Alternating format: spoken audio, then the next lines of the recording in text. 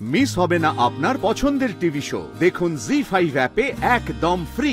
সার্থক ডাক্তার কি তোর মুড ঠিক রাখতে ব্যর্থ হয়ে যাচ্ছে? মানে আমার মুডের সাথে সার্থকের কি সম্পর্ক? বাবা, আবার সার্থক? মাগো, বসো। তোমরাও তাহলে ওই একই জায়গাতে অ্যাডমিশন নিয়েছো? হ্যাঁ স্যার। আর কিছু বলেনি, অবশ্য এখন তো বলেও না। স্যার, আপনিও কি তার মানে স্রোতের মধ্যে কোনো চেঞ্জেস লক্ষ্য করেছেন? আপনি ও মানে তোমাদের কিছু মনে হয়েছে নাকি? কি বলো তো?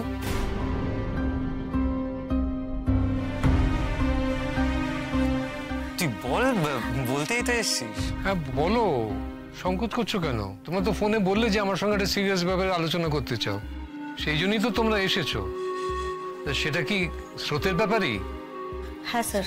আমাকে স্যার না বলে আঙ্কেল বললে আমি খুশি হব। কাকা বাবু, জ্যাঠা বাবু এসবও চলতে পারে। তোমরা তোমাদের বন্ধুর জন্য চিন্তিত হয়ে আমার কাছে এসেছো, এতটাই চিন্তিত হয়েছো যে একটা পাকা চুলের মানুষের পরামর্শের দরকার হয়ে পড়েছে। তা এতটা যখন এগোতে পেরেছো, তাহলে সমস্যাটা চটপট খুলে বলে ফেলা উচিত। হ্যাঁ স্যার, মানে আঙ্কেল, এখন মনে হচ্ছে আমরা ঠিক লোকের কাছে এসেছি। Very good.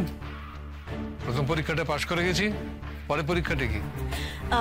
আঙ্কেল, আসলে আমার একটু ভয়ই লাগছে, কারণ আপনি আমাদেরকে এখানে আসতে বললেন। এবার সার্থক স্যার আর স্রোত যে কোনো মুহূর্তে এখানে চলে আসতে পারে, তাহলে কিন্তু আমরা খুব কেসকে মানে ধরা পড়ে যাব। তাই আর কি কথাগুলো এখানে বলতে ভয় লাগছে। হ্যাঁ, মানে স্রোত যদি জানতে পারে ওকে না জানি আমরা এখানে অব্দি ধাওয়া করেছি, খুব মারবে। আর এতে সার্থক স্যারও অবভিয়াসলি খুশি হবেন না। বাবা, চমৎকার। ঘুগনি। হ্যাঁ বড়, একটা ব্যাপারে কর্তাগিনীর খুব মিল, জানিস তো? এদের এই বাড়িতে আসাটা কেউই পছন্দ করবে না। শোনো, সার্থকের সেমিনার আছে, ও ফিরতে 9টা বাজবে। আর স্রোত ও দিদিকে দেখতে যাবে, তারও দেরি হবে। তোমরা নিশ্চিন্তে আলোচনা করতে পারো। বলছি বড়, তাহলে একটু চাটা আনি। চা না কফি? দুটোই চলে, যাই হোক। তাহলে চা। যাই হোক। বল। তুই জানিস কি করেছে আজকে নীলু?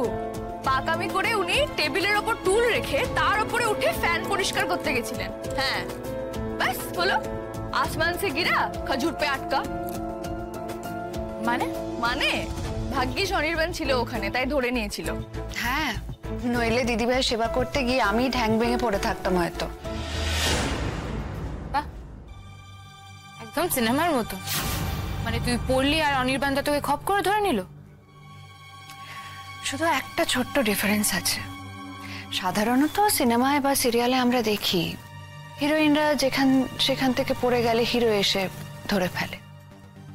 শুকনো মাঠে হাঁটতে হাঁটতে উল্টো দিক থেকে এসে ধাক্কা খেয়ে ওপর থেকে পড়ে মাটি ফুঁড়ে ওঠে, উড়ে এসে ভেসে এসে হিরোইনরা পড়ে হিরোর কোলে। আর এখানে ভিলেন হিরোর কোলে পড়ে গেল। নীলু, আমার কিন্তু ভালো লাগছে না এবার। তুই সবসময় নিজেকে ভিলেন ভিলেন কেন করে যাচ্ছিস বলতো? ভালো লাগছে না শুনতে আমার। এবার প্লিজ থাম। সবসময় নিজেকে নিয়ে এত খারাপ খারাপ কথা বলতে ভালো লাগে তোর? ছোট করছিস কেন নিজেকে এইভাবে? আর একটা কথা পরিষ্কার করে শুনে রাখ, তুই এরপর থেকে যদি শুনেছি তোর মুখে আমি এরকম কথা, তাহলে তোকে এখানে থাকতে হবে না। তুই ওই বাড়ি চলে যাস। আচ্ছা ঠিক আছে ঠিক আছে, আমি আর বলবো না আমি। কিন্তু তুই প্লিজ এভাবে উত্তেজিত হোস না, নিজের প্রেশার বাড়াস না, আবার নতুন কোনো কাণ্ড ঘটিয়ে বসবি। স্রোত, তুই যাওয়ার আগে দিদিভাই প্রেশারটা চেক করে নিবি তো? তোকে বলতে হবে না রে, আমি সেই কারণেই রোজ একবার করে ঢু মারি, একবার দেখে নিতে সবকিছু ঠিক আছে কিনা। দিদিভাই, তুই কিন্তু এটা ঠিকই বলেছিস। স্রোতের মুখটা কিরকম একটা শুকনো শুকনো লাগছে না?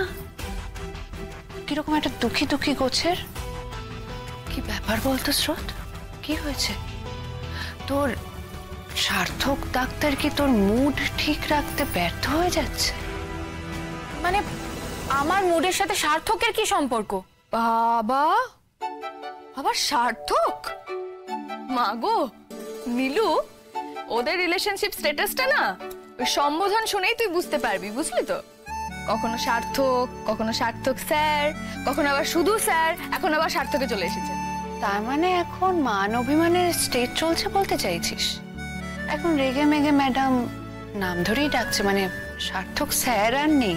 ধুর, এই কারণেই না আমার ভালো লাগে না। একা দিদিভাইকে দিয়ে হচ্ছিল না, মিস ভাই তুইও এখন দিদিভাইয়ের তালে তাল মেলাচ্ছিস। শোন, এই হাজবেন্ড ওয়াইফ খেলা ছাড়াও না আমার জীবনে অনেক কিছু আছে। তাহলে ওরা ডিভোর্সের দিকে কি করছে? স্রোতের এই অন্যমনস্ক থাকা, আমাকে অ্যাভয়েড করা, এই কারণেই। কিন্তু আঙ্কেল আমরা সকলে শিওর যে ওরা একে অপরকে ভালোবাসে। জানি তো, জানি বলেই এই বিয়েটাতে আমি এতটা জোর দিয়েছিলাম।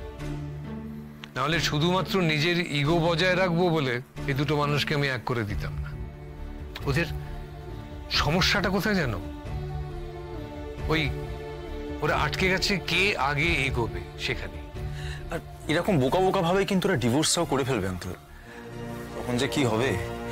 এই ভালোবেসে দুটো মানুষ একে অপরের থেকে আলাদা হয়ে যায় এরকম ইতিহাসে ঘটেছে আমি শুনেছি, কিন্তু এবার তো চাক্ষুষ দেখবো। আর ঠিক এই ব্যাপারটাতে যে আমাদের কি ডিসিশন নেওয়া উচিত সেটা আমরা কিছুতেই বুঝতে পারছি না। ওয়ান থিং এট আ টাইম। আমাদের আগে ওই ডিভোর্সের নোটিশ সার্ভ করার ব্যাপারটাকে আটকাতে হবে। কিন্তু সেটা কি করে করবো আঙ্কেল?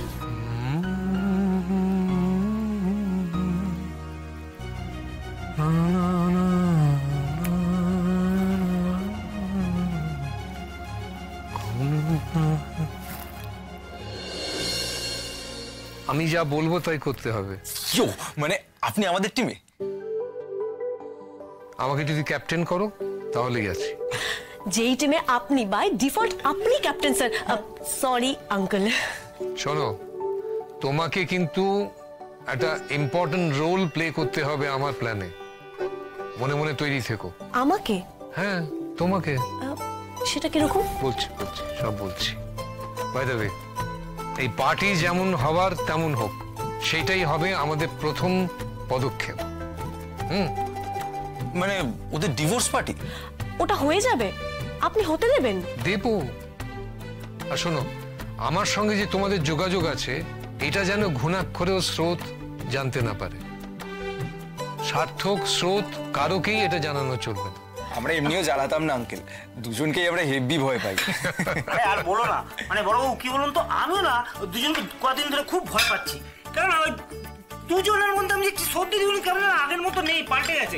তারপরে কি যেন সারাদিন ভাবতে থাকে সেটাও বুঝতে পারি না। কি ভাবছে, কেন ভাবছে, কিছু বুঝতে পারি। আমরাও ঘুগনি, আমি কিন্তু তোকে সাবধান করে দিচ্ছি।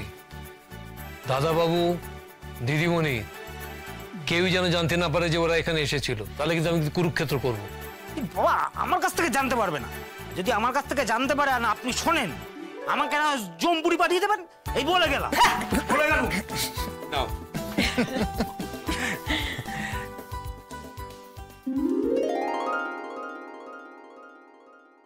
জি5 ডাউনলোড করুন আর সব এপিসোড দেখুন একদম ফ্রি।